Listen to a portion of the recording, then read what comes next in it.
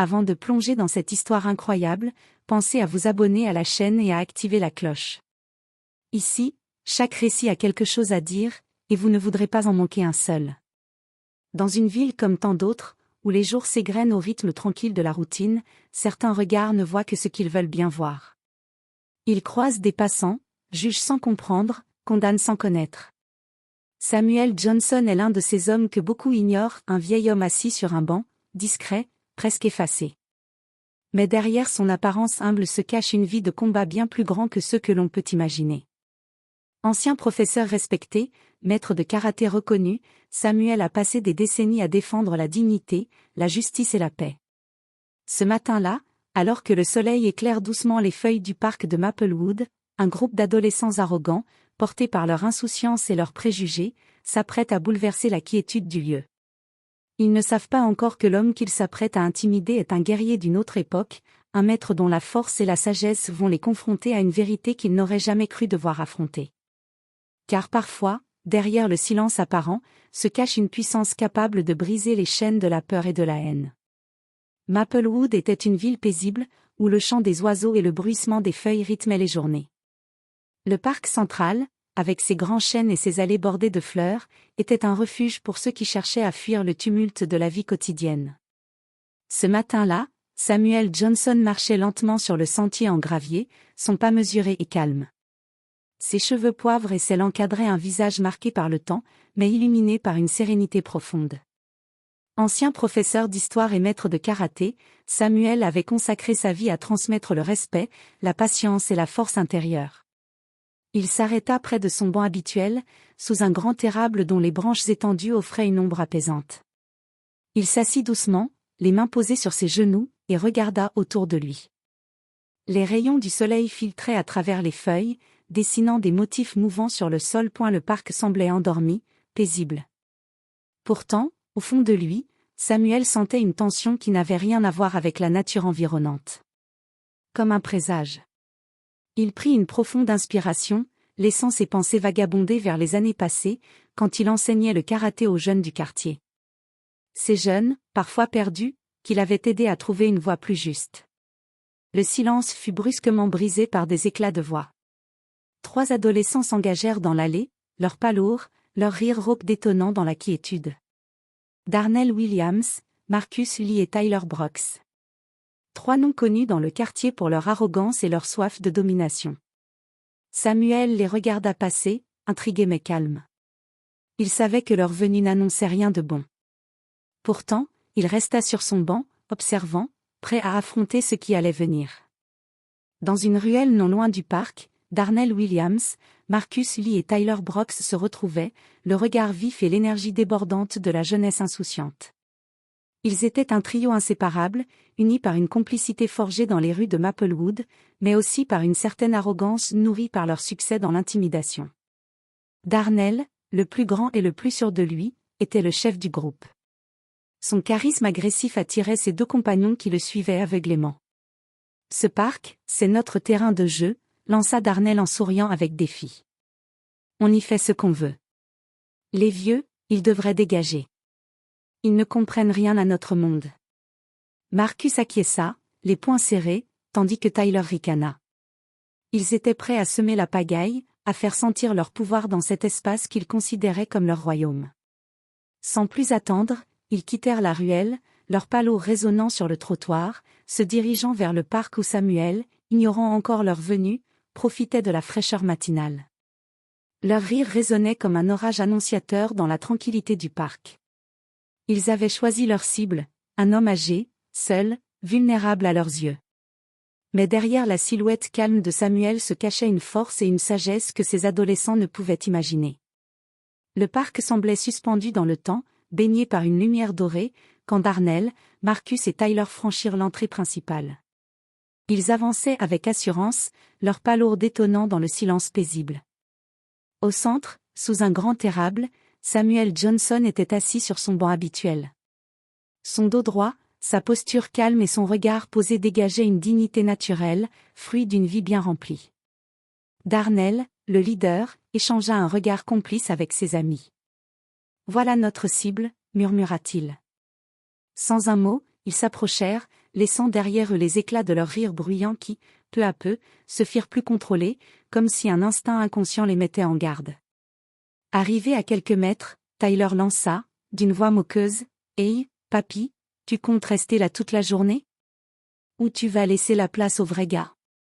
Samuel leva lentement les yeux vers eux, son regard profond et calme les traversant sans fléchir.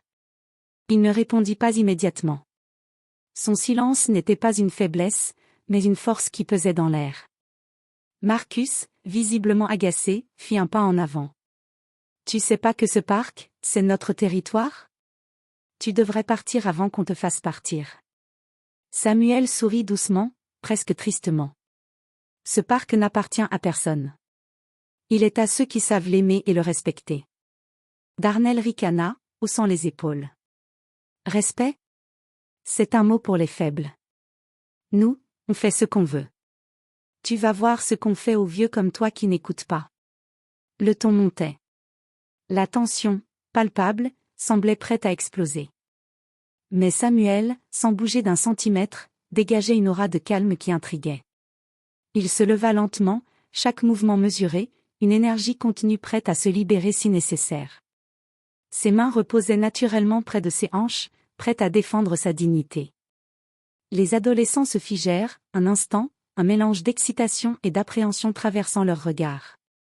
Samuel posa sa voix avec fermeté, « Je ne cherche pas la confrontation, mais je ne laisserai pas le mépris et la violence régner ici. » Un silence lourd s'installa, brisé seulement par le bruissement des feuilles. Pour la première fois, ces jeunes virent en face non un vieil homme vulnérable, mais un guerrier serein, forgé par des années de discipline et de combats bien plus profonds. Le silence tendu entre Samuel et les trois adolescents semblait peser lourdement sur l'atmosphère du parc. Pourtant, la provocation de Darnell n'était pas prête à s'éteindre.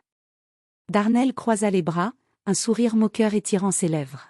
« Tu parles beaucoup pour un vieux qui ne comprend rien à ce monde. Ce parc, c'est notre royaume, et tu n'as rien à y faire. » Tyler, plus nerveux, lança un regard en coin à Marcus avant d'ajouter, « Ouais, vieux, tu ferais mieux de dégager avant que ça devienne vraiment moche pour toi. » Samuel, les yeux posés calmement sur chacun d'eux, répondit d'une voix mesurée mais ferme, « La peur et la violence ne construisent rien de durable. Vous pouvez tenter d'imposer votre volonté par la force, mais cela ne fera que renforcer la division. » Marcus, qui jusque-là avait observé en silence, prit une inspiration profonde, ses poings serrés trahissant une colère contenue. Il s'avança d'un pas, prêt à passer à l'acte. « On va te montrer ce que ça veut dire, la force, » dit-il en levant la main pour pousser Samuel du banc. Mais avant que le contact ne se produise, Samuel réagit avec une rapidité surprenante. Sa main se referma doucement mais fermement sur le poignet de Marcus, le bloquant avec une maîtrise parfaite. « Ce n'est pas ainsi que l'on traite un homme, » dit Samuel, son regard perçant transmettant une autorité calme et incontestable. Les trois adolescents se figèrent, surpris par la vitesse et la précision de ce geste. Darnell, les sourcils froncés, fronça les lèvres. « Tu vas le regretter, vieux. » Il s'avança à son tour, prêt à intervenir. Mais Samuel, imperturbable, effectua un mouvement fluide, une technique de karaté parfaitement exécutée qui déséquilibra Darnell, le faisant reculer. « La vraie force ne vient pas de la brutalité, mais de la discipline, » déclara Samuel, sa voix calme résonnant dans l'air. Le parc semblait retenir son souffle. Les adolescents, abasourdis, prenaient peu à peu conscience qu'ils faisaient face à un homme d'une force et d'une sagesse qu'ils n'avaient pas imaginées. Tyler, reculé, baissa les yeux, la peur et le respect mêlés sur son visage. Samuel reprit place sur son banc, toujours calme, les mains posées sur ses genoux. Le respect se gagne, il ne s'impose pas. Vous avez le choix de changer, ou de rester prisonnier de la haine. Les adolescents quittèrent lentement le parc ce jour-là, chacun portant en lui une graine de réflexion qui allait bientôt germer. Après cette confrontation inattendue, un silence pesant enveloppa le parc. Samuel resta assis, le regard tourné vers l'horizon, comme s'il puisait dans ses souvenirs la force de continuer à espérer. Darnell, Marcus et Tyler s'éloignaient sans un mot, leur pâle résonnant dans la fraîcheur du matin. Chacun d'eux sentait le poids de ce qu'il venait de vivre, une leçon imprévue, un rappel brutal que la violence n'était pas toujours la réponse. Marcus, Le plus jeune du groupe était celui qui semblait le plus affecté. Il marchait en tête, le regard baissé, repensant à l'immobilité et à la maîtrise de Samuel. « Ce gars, il est pas comme les autres », murmura-t-il finalement, la voix teintée d'une hésitation nouvelle. Tyler fronça les sourcils, partagé entre la colère et la confusion. « Ouais, mais il nous a humiliés. Faut qu'on trouve un moyen de reprendre le dessus. » Darnell, pourtant si sûr de lui quelques instants auparavant, se retrouva étrangement silencieux. Son arrogance vacillait, remplacée par un doute qu'il ne voulait pas encore affronter. De retour sur son banc, Samuel ferma les yeux un instant. Il savait que cette rencontre n'était pas un hasard. Chaque génération devait apprendre à se confronter à ses démons, à briser ses chaînes invisibles. Il repensa à ses années de maître, aux élèves qu'il avait vus grandir, parfois se perdre, souvent se relever. La violence ne crée que plus de violence, murmura-t-il à lui-même. Mais le respect et la discipline peuvent tout changer. Dans le parc, les feuilles dansaient au rythme du vent léger, comme pour accompagner ses pensées. Quelques jours plus tard, alors que le soleil se levait à peine, Marcus revint seul au parc. Cette fois, son pas était moins sûr, mais son regard était différent, chargé d'une curiosité sincère. Il s'approcha du banc où Samuel était déjà assis, attendant. « Monsieur Johnson. Vous pourriez m'apprendre » osa-t-il, la voix tremblante mais déterminée. Samuel ouvrit les yeux, un sourire bienveillant illuminant son visage. « Avec plaisir, Marcus. C'est le début d'un long chemin. » Le lendemain matin, le soleil n'était pas encore levé lorsque Marcus se présenta devant le parc. Le cœur battant, il chercha du regard Samuel, assis paisiblement sur son banc. Ce dernier releva la tête et lui offrit un sourire calme, presque paternel.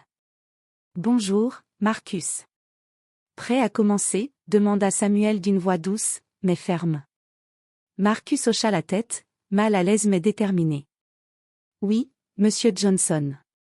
Je veux comprendre, je veux changer. » Samuel se leva lentement, posant sa main sur l'épaule du jeune homme. Le karaté n'est pas seulement un sport. C'est un art de vivre. Discipline, respect, patience, ce sont les véritables armes d'un guerrier. Ils commencèrent par des exercices simples. Samuel corrigeait la posture de Marcus avec douceur, insistant sur l'importance du calme intérieur autant que de la technique. Au fil des heures, Marcus sentit peu à peu son agitation se transformer. Chaque mouvement, chaque respiration guidée, lui apprenait à contrôler non seulement son corps, mais aussi ses émotions. Au cours des jours suivants, les séances devinrent régulières. Samuel partageait avec Marcus des histoires de son passé, de ses combats pour la justice, de sa foi en la capacité des êtres humains à changer. « Ce que tu ressens, colère, frustration, c'est normal, » expliquait Samuel. Mais il faut apprendre à canaliser ces sentiments. Sinon, ils te dévoreront de l'intérieur. Marcus écoutait, buvant chaque parole comme une source d'espoir. Il comprenait que ce n'était pas seulement une leçon de karaté, mais une transformation profonde. Un soir, alors que le soleil se couchait, Marcus confia à Samuel, « J'ai honte de ce que j'ai été. De ce que j'ai fait. Mais je veux devenir meilleur.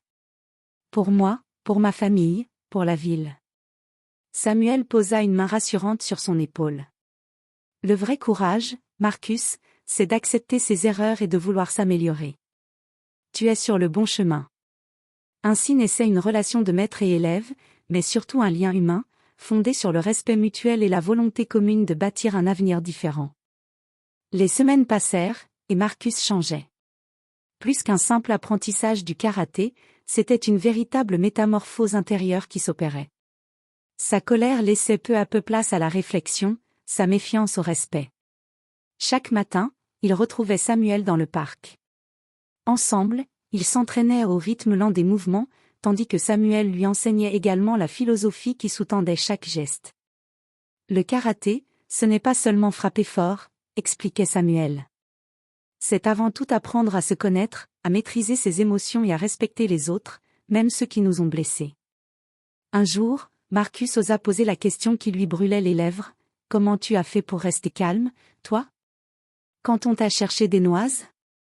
Samuel regarda le ciel, son visage marqué par le temps mais éclairé d'une sagesse profonde. La paix ne vient pas de l'absence de conflit, mais de la manière dont on y répond. J'ai appris que la violence engendre la violence, mais la patience et la discipline peuvent ouvrir des portes que la force brute ne saurait franchir. Pendant ce temps, Darnell et Tyler observaient de loin. Leur arrogance d'autrefois avait laissé place à l'incompréhension. Voir Marcus, leur ami, changer ainsi réveillait en eux des sentiments contradictoires. Un soir, alors que Marcus passait devant eux, Darnell l'interpella, le ton mêlant défi et curiosité. « Toi, t'es devenu quoi? Un de ces types zen qui fait des trucs bizarres dans le parc ?» Marcus répondit calmement, sans provocation, « J'apprends à être meilleur. Peut-être que vous devriez essayer, vous aussi. » Le silence pesa, plus lourd que n'importe quelle insulte. De son côté, Samuel sentait que son rôle allait bien au-delà d'un simple enseignement de karaté. Il était le gardien d'un héritage, celui du respect, de la dignité et de la paix, transmis à une génération qui en avait plus que jamais besoin. Le parc de Maplewood, autrefois théâtre de tensions et de conflits, commençait doucement à se transformer en un lieu de réconciliation et d'espoir. Le parc de Maplewood était devenu bien plus qu'un simple endroit où Samuel s'asseyait chaque matin. C'était désormais un lieu de rencontre, d'échange, et surtout de transformation. Marcus venait régulièrement, ponctuel, ses pas moins lourds, son regard plus ouvert. Avec patience, Samuel lui transmettait non seulement l'art du karaté, mais aussi des leçons de vie essentielles, l'importance du respect, la valeur de la discipline, et la puissance du pardon. Un après-midi, alors que le soleil déclinait doucement, Samuel posa une main sur l'épaule de Marcus et dit avec douceur. « Tu vois, Marcus, nous vivons dans un monde divisé. Trop souvent, la peur et la haine dressent des murs entre les gens. Mais il est possible de construire des ponts. » Marcus réfléchit un instant. Comment construire un pont quand on a grandi en voyant plus de murs? Samuel sourit, son regard empreint de sagesse. Cela commence par changer ce qui est en toi. Par apprendre à regarder l'autre avec compassion, même s'il est différent. Toi, tu es ce pont. Marcus sentit une chaleur nouvelle l'envahir. Il comprenait que sa transformation n'était pas seulement personnelle, mais aussi porteuse d'espoir pour toute sa communauté. Pendant ce temps, Darnell et Tyler, qui continuaient à traîner dans les environs, observaient Marcus de loin. Ils ne comprenaient pas encore ce changement, mais une curiosité mêlée d'envie commençait à poindre. Un soir, Darnell, hésitant, s'approcha du parc, seul cette fois.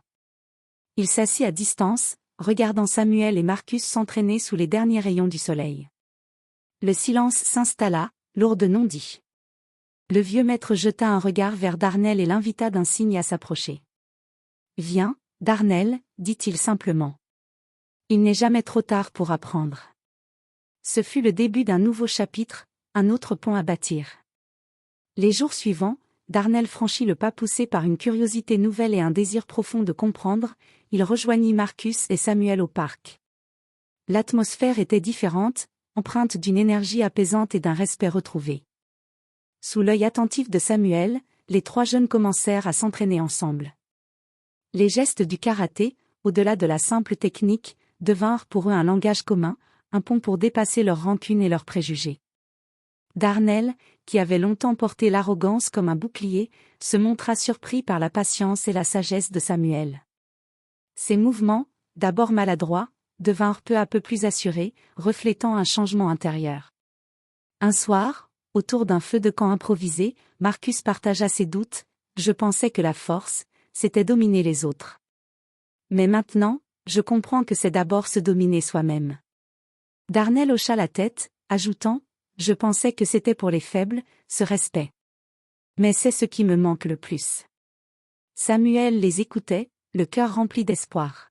« Vous êtes la preuve que le changement est possible. Que même ceux qui semblent perdus peuvent trouver la lumière. » La communauté de Maplewood remarqua bientôt ce changement. Le parc, autrefois lieu de tension et de peur, devint un espace de rencontre pacifique. Les anciens comme les jeunes s'y retrouvaient, inspirés par cette nouvelle dynamique. Samuel, assis sur son banc, contemplait ce renouveau avec une profonde satisfaction. Son combat, autrefois solitaire, devenait un héritage vivant. Les saisons avaient changé, mais le parc de Maplewood était resté le même, un lieu de paix et de renouveau. Pourtant, ceux qui le fréquentaient savaient qu'il avait traversé une transformation profonde. Marcus, Darnell et Tyler, jadis adolescents arrogants et pleins de colère, étaient devenus des jeunes hommes respectueux, porteurs d'un message puissant. Leur apprentissage auprès de Samuel Johnson avait bouleversé non seulement leur vie, mais aussi celle de toute la communauté. Ce matin-là, Samuel s'assit une dernière fois sur son banc sous l'érable. Autour de lui, des enfants jouaient, des familles se promenaient, et des adultes échangeaient sourires et paroles amicales. Le parc respirait la sérénité. Marcus s'approcha, accompagné de Darnell et Tyler.